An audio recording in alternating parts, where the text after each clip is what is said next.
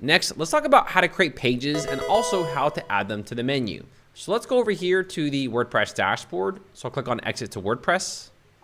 Then I'll click on the WordPress logo, and then I'll go to Dashboard. Now here is where all your pages are located, and here is where all of your posts are located. Now over here, I'm gonna click on All Pages, and it's gonna bring us back to the Pages section, and these are all the pages on your websites. Now if you wanna delete a page, here, for example, we have a refund and return policy page that we don't need, it's draft. So I'll click on Trash, and that'll delete the page. Now, if you want to create a brand new page, here at the top, I'll click on Add Page. And this will be like our team, right? Our team. At the top right, I'll click on Publish and Publish. And then we can design this page using Elementor. So here, I'll turn on the page builder. And in this specific case, I'm going to use the AI. So right here, I'll select Elementor AI. Here, I'll click on Generate. Now, I'll be honest, the AI builder with Elementor is not the best, but it can be useful sometimes. Okay, so as you can see, I asked it to create a 3-column row, but it created 4, but that's not bad. So I'm gonna select this one here and click on Use Layouts.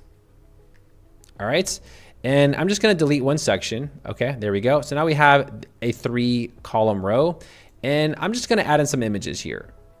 Okay, so I went ahead and I just uploaded the images, and then of course you just gotta change the names right there. But what I wanna do here is I wanna now publish this. So at the top right, I'll click on Publish. Now I want to assign this page to the menu. So notice how we created this page, but it's not on the menu. So let's go back to WordPress. So over here, exit to WordPress. And then scrolling down, I'll go over here to Appearance and click on Menus. Okay, so this is the menu that was automatically created when you imported the Blocksy template. Now right here under Pages, I'll click on View All. And this is a list of all the pages on your websites. Now I just created that Our Team page. So here, I'll select Our Team and click on Add Menu. And then I'll take this and I'll just put it right here. Now, if you want a drop-down menu, for example, here I'll take this and I'll put it under Services. When a user hovers over Services, the Our Team will then be displayed. So I'll just go ahead and leave that for now. I also want to talk about custom links. So over here, let's just say, for example, you got like a Facebook page or a Facebook group or a school or something. Here I'll go ahead and paste the URL for our Facebook group. And then here I'll put Facebook group. All right, group. And then I'll click on Add to Menu. Now we can take that and put it under Contacts. And then I'll click on Save Menu. All right, so let's take a look at our website. So over here, we have the services, and now we have a drop down for Our Team. I'll click on Our Team. And then we have that page that we created with AI.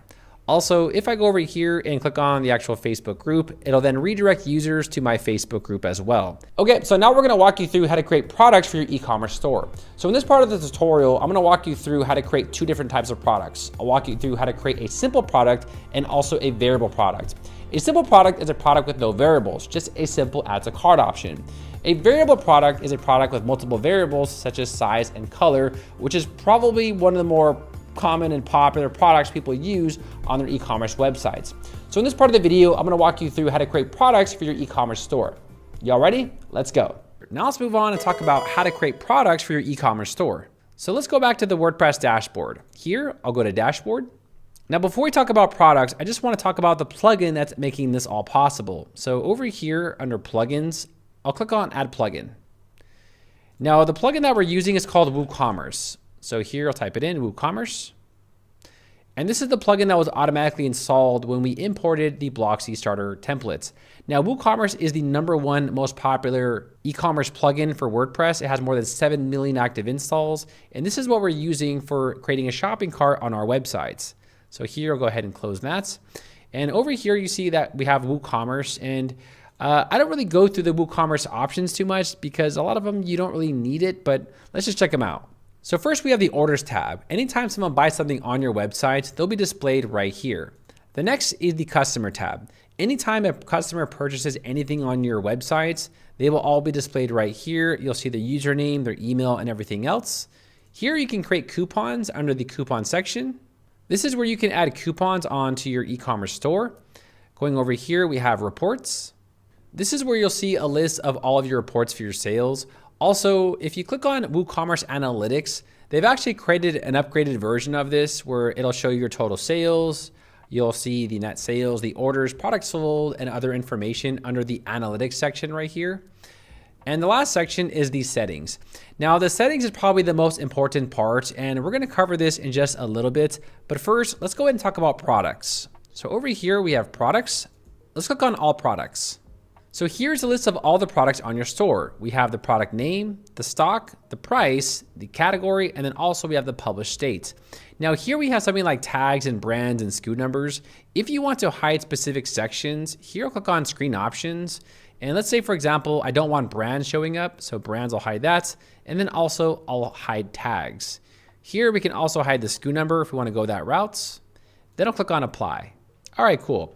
Now all these products right here are demo products. So what we can do is we can go ahead and delete these. So here I'll click on the checkbox under bulk actions. I'll move to trash and then I'll click on apply.